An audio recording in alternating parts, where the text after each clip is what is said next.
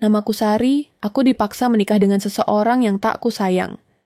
Tiap malam aku menangis karena anu yang besar, dan tiap malam aku tak kuat karena namaku Sari, aku berasal dari sebuah desa kecil di Banyuwangi. Rumahku terbuat dari kayu, berdiri rapuh di pinggir sawah yang sering tergenang saat hujan deras. Ayahku sudah lama sakit, tak bisa lagi bekerja di ladang. Ibuku meninggal ketika aku masih duduk di bangku SMP, meninggalkan aku dan 2 adikku yang masih kecil. Sejak saat itu, akulah tulang punggung keluarga. Setiap hari aku mencuci pakaian tetangga, membersihkan rumah orang, dan menjahit baju bekas untuk dijual kembali. Tapi penghasilan itu tak cukup untuk membeli obat ayah dan membayar biaya sekolah adik-adikku. Saat itulah aku mendengar kabar tentang peluang menjadi TKW ke Afrika. Gajinya besar, katanya. Tapi Afrika, aku bahkan tidak tahu negara mana yang dimaksud. Dengan tabungan pas-pasan dan nekat yang membara, aku mendaftar ke sebuah agen penyalur tenaga kerja. Setelah proses yang panjang dan menegangkan, akhirnya aku diterima dan dijadwalkan berangkat ke sebuah negara di Afrika Barat, Ghana. Tak banyak yang tahu tentang negara itu, termasuk aku. Tapi aku tak punya pilihan lain. Demi ayah, demi adik-adikku, aku siap menempuh apapun. Hari keberangkatan itu tiba. Bandara Soekarno-Hatta terasa seperti dunia lain bagiku. Aku tak pernah keluar dari kampungku, apalagi naik pesawat. Tanganku menggenggam erat foto keluarga. Di dalamnya, ayah tersenyum lemah, dan 2 adikku melambaikan tangan. Itu menjadi kekuatanku. Setibanya di Ghana, udara terasa berbeda. Panas, kering, dan asing. Aku dijemput oleh orang dari agen lokal, lalu diantar ke rumah tempatku akan bekerja. Rumah itu seperti istana, tingginya 2 lantai, berpagar besi hitam, dan ada taman luas di depan. Disinilah aku akan bekerja untuk seorang pria bernama Tuan Kofi. Awal bekerja, aku hanya ditugaskan membersihkan lantai dan mencuci pakaian. Tapi tekanan terasa luar biasa. Aku tak mengerti bahasa mereka, dan sering dimarahi karena dianggap lambat. Beberapa pekerja lokal mencibirku, memanggilku, pembantu asing miskin dalam bahasa mereka. Aku pura-pura tak mengerti, tapi hatiku remuk setiap kali mendengarnya. Tapi aku tak bisa menyerah. Aku menulis di dinding kamar kecilku dengan spidol. Aku di sini untuk masa depan adik-adikku. Setiap kali ingin menangis, aku baca tulisan itu. Aku juga mulai belajar bahasa mereka sedikit demi sedikit. Diam-diam, aku perhatikan cara mereka berbicara, mendengar dari televisi, dan mencatat kata-kata penting. Yang membuatku terkejut adalah sikap Tuan Kofi. Berbeda dari bayanganku tentang majikan Afrika yang kejam, seperti dalam cerita orang-orang, dia justru sangat sopan. Dia jarang bicara, tapi jika bicara, suaranya lembut dan penuh wibawa. Suatu hari, ketika aku tidak sengaja menjatuhkan vas bunga antik, aku gemetar ketakutan. Tapi dia hanya berkata, "Tak apa, kau pasti tidak sengaja. Hati-hati lain kali." Sejak saat itu, dia mulai memperhatikanku. Pernah suatu malam listrik padam, dan aku terjebak di dapur gelap. Tiba-tiba, ia muncul membawa lilin, lalu duduk di seberang meja, bertanya dalam bahasa Inggris patah-patah, "Apa kau rindu rumahmu?" Aku terdiam, lalu mengangguk. "Aku juga," katanya. "Aku rindu istriku, dia meninggal 2 tahun lalu." Kami diam lama malam itu, hanya suara jangkrik Afrika dan cahaya lilin menemani. Di sana, aku merasa tidak sendiri. Hari-hari berlalu. Aku bekerja lebih keras.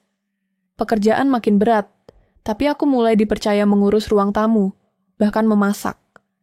Tuan Kofi sering datang ke dapur, mencium bau masakanku, lalu tersenyum. "Bumbu Indonesia?" tanyanya. Aku mengangguk. "Enak." Suatu hari ia memberikan kejutan, sebuah ponsel pintar, untukmu agar kau bisa hubungi keluargamu. Aku hampir tak percaya. Aku belum pernah punya HP secanggih itu. Air mataku menetes di hadapannya. Terima kasih banyak. Tapi perhatian itu membuat banyak orang iri. Seorang pembantu senior, wanita setempat bernama Nadia, mulai memperlakukanku dengan buruk. Ia menyembunyikan alat kebersihan, menjatuhkan barang lalu menuduhku. Bahkan suatu hari, dia meletakkan kalung emas milik istri mendiang Tuan Kofi ke dalam tasku, lalu menuduhku mencuri. Semua pegawai dipanggil. Aku ketakutan. Jika benar aku dianggap mencuri, aku bisa dipenjara atau dipulangkan. Tapi saat semua orang memojokkanku, Tuan Kofi datang dengan tenang, memeriksa rekaman kamera rumah, dan membuktikan bahwa Nadia lah pelakunya. Hari itu, dia memecat Nadia tanpa ragu. Sejak kejadian itu, aku mulai merasa lebih dihargai. Tidak hanya oleh Tuan Kofi, tapi juga oleh para pegawai lain. Tuan Kofi bahkan mulai belajar beberapa kata dalam bahasa Indonesia. Pernah suatu sore, ia berkata, "Kamu, wanita kuat dan baik. Indonesia harus bangga punya kamu." Aku tertawa kecil, malu. Tapi dalam hati, ada sesuatu yang hangat tumbuh perlahan. Sesuatu yang tak pernah aku bayangkan sebelumnya. Dan malam itu, aku duduk di sudut kamar kecilku, melihat HP pemberian Tuan Kofi. Aku membuka aplikasi video call dan melihat wajah ayahku. Ia tersenyum bangga, berkata lirih, "Sari, ayahmu bangga." Aku menangis. Aku tahu hidupku belum selesai di sini. Sesuatu sedang berubah. Tapi aku belum tahu bahwa perubahan itu akan membawa takdir luar biasa yang tak pernah aku bayangkan sebelumnya.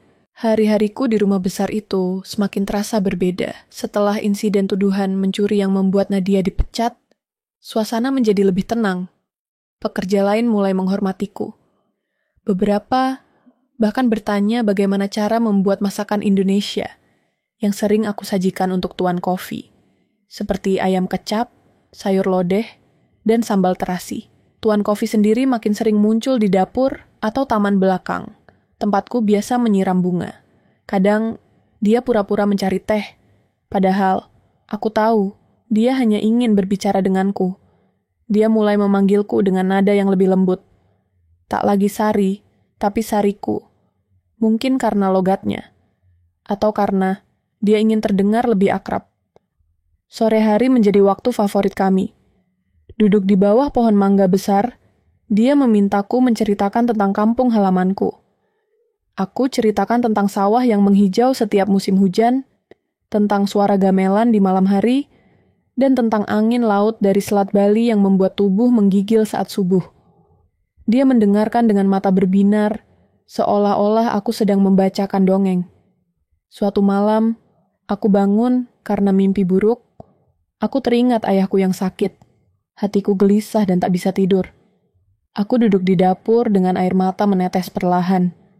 Tanpa kusadari, Tuan Kofi melihatku dari kejauhan. Dia mendekat, lalu duduk di seberang meja. "Sari, kamu kenapa?" tanyanya dengan suara serak. Aku hanya menggeleng. Tiba-tiba, ia mengambil tanganku, menggenggamnya dengan hangat. "Jika kamu mau, aku bisa bantu lebih banyak untuk keluargamu." Aku kaget. "Tapi kenapa?" "Aku hanya pembantu, Tuan." Dia menatapku dalam-dalam. "Karena kau bukan hanya pembantu bagiku. Kau cahaya di rumah ini." Sejak malam itu, perasaanku berubah. Aku tak bisa membohongi diri sendiri. Setiap kali dia menyapaku, jantungku berdebar. Setiap kali dia tersenyum, dadaku hangat. Tapi aku sadar, hubungan kami bukan sesuatu yang bisa diterima semua orang. Aku hanyalah seorang TKW. Dia pria kaya, pemilik tambang emas yang disegani. Dan ketakutanku pun terbukti. Anak-anak Tuan Kofi dari pernikahan sebelumnya mulai mencium gelagat kami. Mereka tinggal di kota lain, tapi sering berkunjung. Putrinya yang tertua, marah, terang-terangan menatapku dengan sinis. "Pembantu ini terlalu betah di rumah ini ya," katanya di hadapan banyak orang. Aku hanya bisa menunduk. Suatu malam, ketika aku sedang merapikan buku di ruang kerja, marah menghampiriku. "Dengar Sari, kau pikir ayahku mencintaimu? Jangan mimpi. Kami tidak akan membiarkan ayah kami mempermalukan keluarga dengan menikahi orang seperti kamu." Aku ingin menjawab, tapi lidahku keluh. Air mataku menetes di lorong panjang itu. Tapi sebelum aku sempat membalas, suara berat dan tegas terdengar dari belakang. Cukup marah. Tuan Coffee berdiri di ujung lorong, wajahnya tegas dan dingin. Jangan ganggu Sari, dia akan tetap di sini.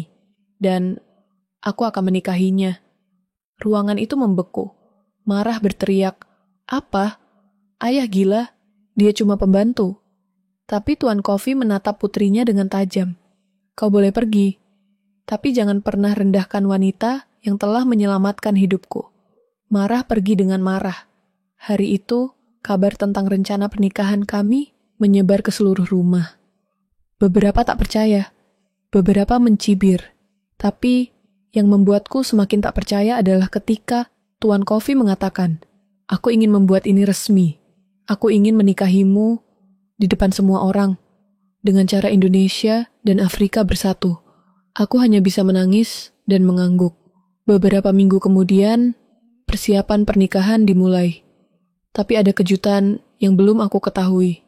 3 hari sebelum hari H, Tuan Coffee datang membawa sebuah kotak besar. Di dalamnya, emas murni, berkilauan seperti matahari pagi. Ada 10 kilogram emas batangan, disusun rapi dan dikemas khusus sebagai mahar. Ini, untukmu, sebagai mahar pernikahan kita. Aku ingin seluruh dunia tahu bahwa cintaku padamu bukan main-main. Aku lemas. Mulutku terbuka, tapi tak satu pun kata keluar. Aku bukan hanya terharu, aku benar-benar tak percaya. Seorang TKW seperti aku akan dipinang oleh seorang konglomerat tambang Afrika dengan mahar senilai miliaran rupiah. Hari itu, dunia seolah berhenti berputar. Tapi aku tahu, hidupku baru saja memasuki babak baru yang luar biasa. Hari yang aku kira hanya akan hadir dalam mimpi. Akhirnya, benar-benar datang. Pagi itu, rumah besar di Ghana berubah total. Taman dipenuhi bunga warna-warni. Para tamu berdatangan dari berbagai penjuru negeri, bahkan dari luar negeri. Ada pejabat lokal, para pemilik tambang, dan tokoh-tokoh penting lainnya. Semua datang untuk menyaksikan pernikahan yang tak biasa. Seorang konglomerat tambang Afrika menikahi mantan TKW asal Indonesia. Aku duduk di ruang rias, mengenakan kebaya merah berhias benang emas. Rambutku disanggul, dihiasi melati yang dikirim langsung dari Indonesia. Di leherku tergantung kalung emas murni, sebagian dari mahar 10 kilogram emas yang diberikan Tuan Coffee padaku. Tanganku gemetar, bukan karena gugup, tapi karena masih belum percaya. Perempuan kampung seperti aku, yang dulu tidur beralaskan tikar sobek dan makan nasi sisa semalam, kini akan bersanding dengan pria yang pernah hanya kulihat di layar-layar berita ekonomi. Upacara dimulai. Diiringi tabuhan genderang Afrika dan alunan gamelan yang diputar melalui speaker. 2 budaya menyatu dalam satu panggung megah. Aku berjalan perlahan menuju pelaminan yang terbuat dari kayu jati ukiran Jepara. Dikelilingi ornamen warna emas dan ungu khas kerajaan Afrika Barat. Semua mata tertuju padaku. Sebagian tak percaya, sebagian terharu, dan sebagian mungkin masih sinis. Tapi aku tak peduli. Tuan Coffee menungguku di pelaminan dengan pakaian adat Afrika berwarna emas, lengkap dengan mahkota dan selendang panjang. Saat aku tiba, dia mengulurkan tangan dan membisikkan kata-kata yang membuat hatiku meleleh. "Kamu adalah anugerah dalam hidupku, Sariku." Ijab kabul dilaksanakan dengan 2 bahasa. Bahasa Indonesia dan bahasa Twi. Ketika kata sah terdengar dari mulut penghulu yang didatangkan langsung dari KBRI, semua orang bersorak. Kamera-kamera menyorot kami dari berbagai sudut. Video live streaming yang disiarkan di Facebook dan YouTube ditonton oleh ratusan ribu orang dalam waktu singkat. Dan yang membuat semuanya makin tak terlupakan, Tuan Coffee berdiri di hadapan para tamu, lalu membuka kotak besar berisi emas batangan. Sebagai tanda cinta dan penghormatanku pada istriku, katanya dengan lantang, "Aku memberikan mahar 10 kilogram emas dan sebuah rumah untuk keluarganya di Indonesia." Sorakan bergema. Banyak yang berdiri dan bertepuk tangan. Video detik-detik itu tersebar di media sosial, dibagikan jutaan kali. Judulnya bermacam-macam. Kisah TKW yang dinikahi Raja Tambang Afrika. Mahar 10 kilogram emas, wanita Indonesia ini viral di 2 benua. Cinta tak kenal status, ini buktinya. Beberapa hari setelah pernikahan, aku diundang ke berbagai program televisi lokal dan internasional.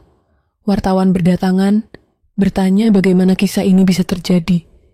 Aku hanya menjawab, saya hanya bekerja dengan hati. Saya tak pernah bermimpi ini terjadi. Tapi mungkin Tuhan punya rencana lebih besar dari doa-doa saya. Setelah pernikahan, hidupku berubah total. Aku tak lagi menjadi pembantu rumah tangga. Aku menjadi istri dari pemilik salah satu tambang emas terbesar di Afrika. Tapi, aku tidak lupa asal-usulku. Hal pertama yang kulakukan setelah resmi menjadi istri Tuan Kofi adalah pulang kampung ke Banyuwangi. Dengan jet pribadi, aku kembali ke tanah kelahiranku, membawa suamiku, keluarga barunya, dan sejumlah bantuan. Tangis ayahku pecah saat melihatku turun dari mobil mewah, mengenakan busana adat, dan membawa oleh-oleh dari Ghana. Sari, anakku, ini kamu. Aku memeluknya erat. Ini aku ya. Aku pulang, dan aku sudah berhasil. Beberapa minggu kemudian, aku membangun rumah baru untuk ayah dan adik-adikku. Tak hanya itu, aku juga membangun sekolah gratis untuk anak-anak desa, dan sebuah klinik kesehatan yang dinamai atas nama ibuku. Aku kembali ke Ghana, tapi hatiku tetap tinggal di tanah air. Kini, aku menjadi duta kecil Indonesia di Afrika. Aku mengajarkan budaya Indonesia kepada masyarakat setempat, membuka restoran masakan Indonesia, bahkan membuat program pelatihan bagi perempuan Indonesia yang ingin bekerja di luar negeri, agar tak ada lagi yang diperlakukan semena-mena. Aku bukan lagi Sari yang dulu, tapi aku juga tidak pernah melupakan siapa aku. Aku adalah bukti bahwa bahkan seorang TKW pun bisa menjadi ratu jika hatinya tulus dan kerja kerasnya tak pernah padam. Dan ketika orang-orang bertanya apa rahasia dari semua ini, aku selalu menjawab, cinta tak pernah mengenal batas, tidak kulit, tidak negara, tidak status sosial, dan yang terpenting tidak pernah mengenal putus asa, tamat.